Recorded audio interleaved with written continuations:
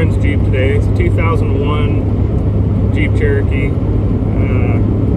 It's got a 2-inch lift on it right now, I think. It might be a 3, but we're going to be adding some little puck spacers to it, and just making it a little bit higher so that he can clear some 33s or 35s. I think right now he's got 31s.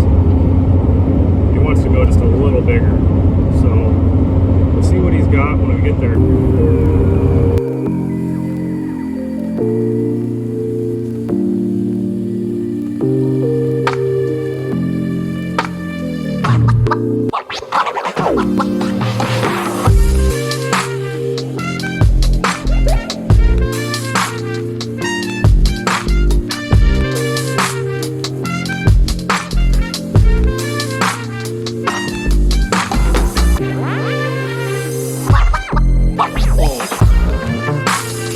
Cherokee. It's a 2001. You see, yeah, it's got 31 1050 15s, and it looks like that's probably a 2-inch lift. So today we're basically gonna make his Jeep kind of sit a little bit more like mine. Sorry for the sun glare, but let's get at it.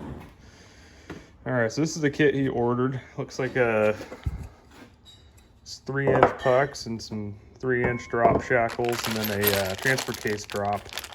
It's pretty important if you lift these. When I did mine, I didn't install those at first. I skipped over that, and I got a really nasty driveline vibration. So I ended up going back and doing that. And then you can still get a little bit of a vibration, so you may have to replace your U-joints as well.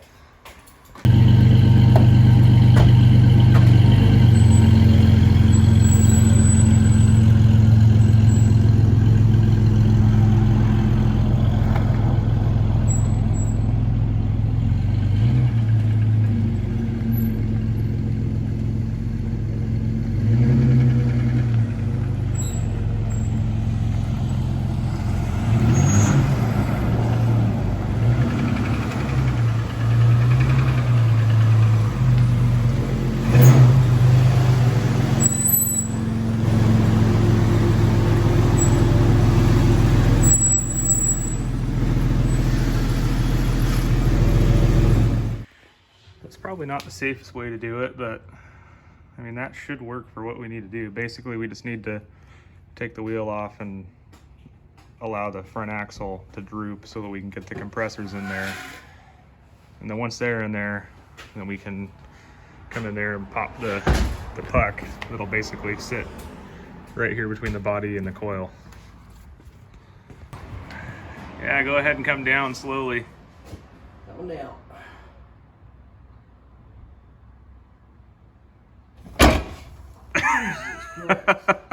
That wasn't really slow.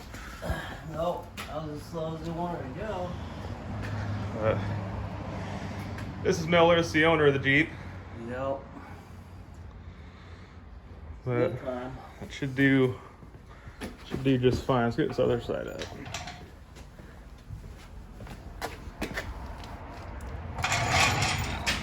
Let's see.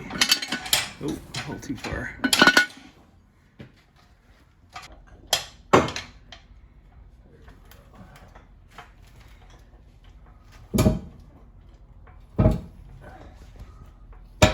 Easy.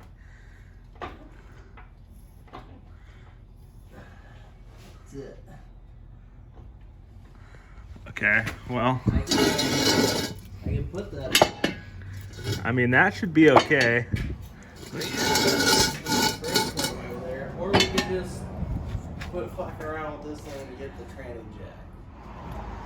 All right, even though we're starting on the front, I'm gonna go ahead and just give them a little spray, because I know from past experiences they're kind of a pain to work with and get out. Where's that top one? There we go. Let's get the other side. Soak through all that mud.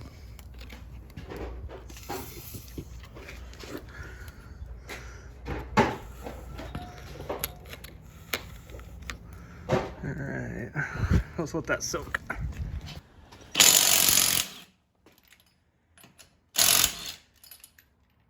Shit, dude, this thing works good. All right, now I've got to take these lower shock bolts loose to get this shock out of here. It's 213 millimeters. I'm using a extension just so that I can clear the shock body. Otherwise, I can't get my wrench in there. So let's get these guys out of here. Going the right way.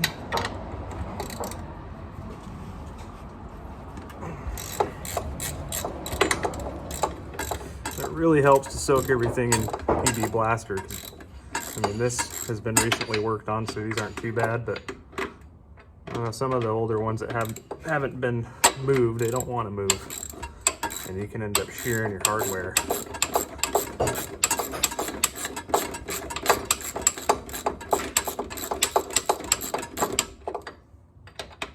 Come on.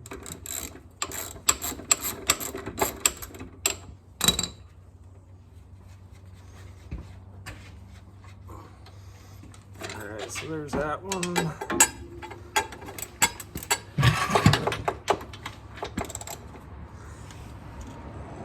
Oh man.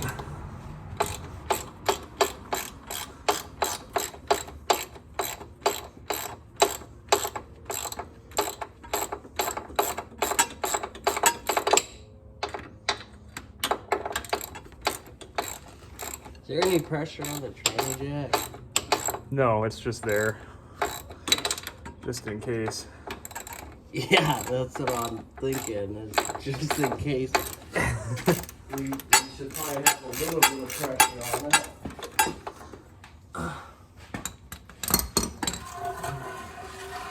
it. Safety third. All right, so now we got the spring compressors installed on the springs. We don't have a 22 millimeter for the top of these. The biggest one I have in my little box here is a 21. So we're gonna use a crescent wrench. It's gonna take a while, so we'll just pop you on a time lapse and we'll get her out.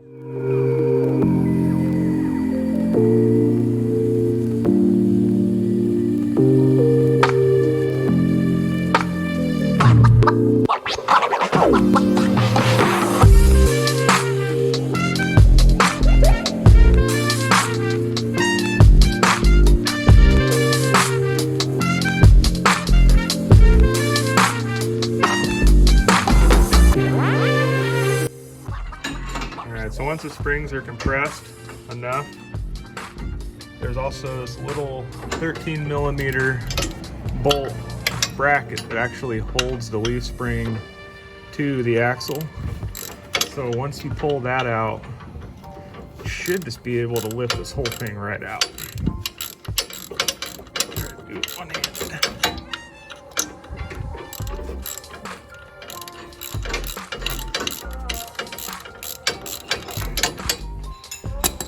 Get it with my fingers.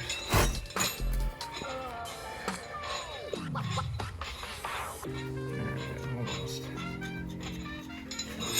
Alright, so once that is out, pull this little clip out, set that in the parts bin, and I like to put the bolt back in the hole where I can, so that we don't lose anything.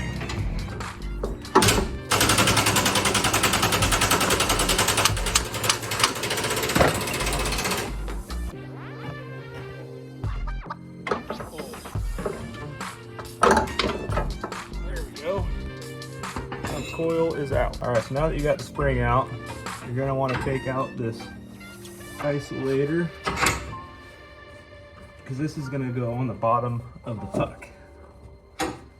That is if, okay, so now that's out. This puck is basically just gonna go in like that. And then your isolator is gonna go on over that. And now you reinstall the spring. So before you lower this all down to drop the axle, you're gonna want to remove that bolt right there. And then I also like to pull these ABS wires out of these little grommets, just so that you know that if it drops, it's not gonna overextend anything. because if you break this, the ABS wire or the brake line, then you're kind of hosed. So always make sure you do that before. All right, so now with the spring in, we basically just have to do the complete opposite of what we did, which means we're gonna have to take that this crescent wrench, since I don't have the right tool, sit there and take these bolts off, and then you might have to use the jack to jack the axle up to get those holes to line up for the shock. But don't worry about the sway bar, because like I said, we're going to be removing that. And that's pretty much it. I'll probably just put you on a time lapse and get these off.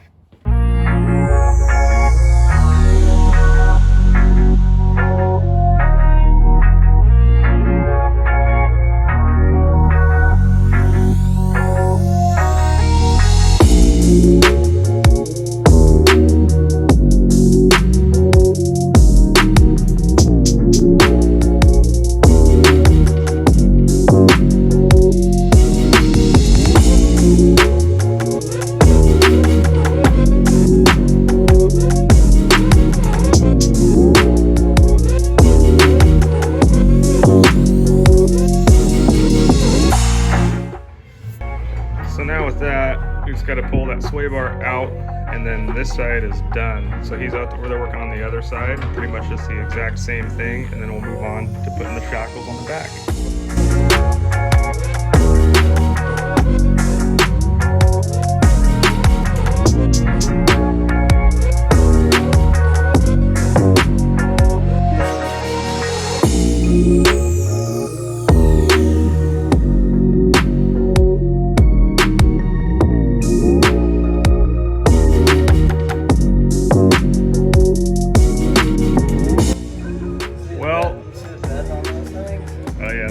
Tweaked a little bit, it's a little sketchy using these things, but so he just threw a little plot twist at me. We're doing tires today too, I guess. So gotta get these off, load them up in the back of Big Red, and I guess we're going from 31s to 35s. So we may need to cut the fenders, but we'll see how she clears with that. All right, so we got our tires loaded up in the bed of the pickup. We're gonna go run and pick out some tires, and going from a 31, 10, 5, 15. We're going to a 35, 12, 5, 15. I just like how high you have to hold your phone. Yeah, well, it's, I mean, those are 38s, aren't they? 38.5. Yeah, the 3850s. Roughly. So, all right, well, we'll see you when we get back. Well, we're back. Unfortunately, we still have the same tires because they only had 3 of the ones we needed. So, looks like tires are gonna be waiting a little bit. We did get some food, so we're gonna go eat. So, we kind of messed up a little bit when we started this project. It was nice outside earlier, but now that it's getting dark, it's starting to get chilly, so basically I had to bolt everything together where we were, pull this thing forward a little bit. Not to mention we couldn't close the garage door.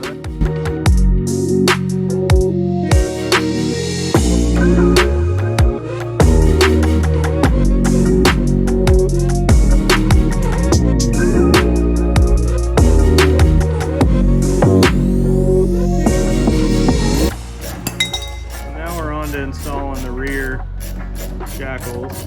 There's a bolt right here, it's a 21 millimeter, and then there's another 21 millimeter in here that just threads straight into the body. This side has a nut that goes on the back right here, but I'd recommend you silk them because these things were pretty stuck. So that's the difference. We got it out.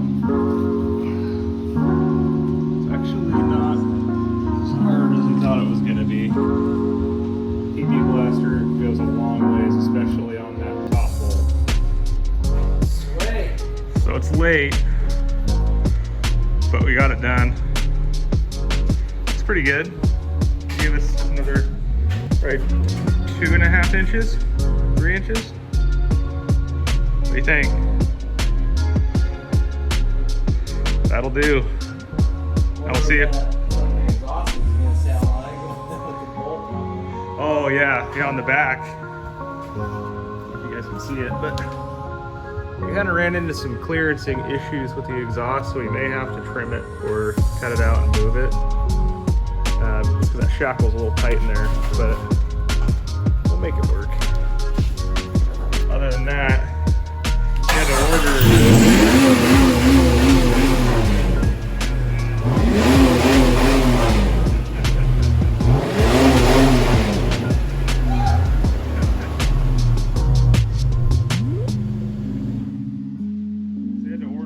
Tires, so I'll be here like 3 or 4 days, and then we may have to do some fender modifications to get the tires underneath it, but guess we'll have to wait and find out. All right, so that's it.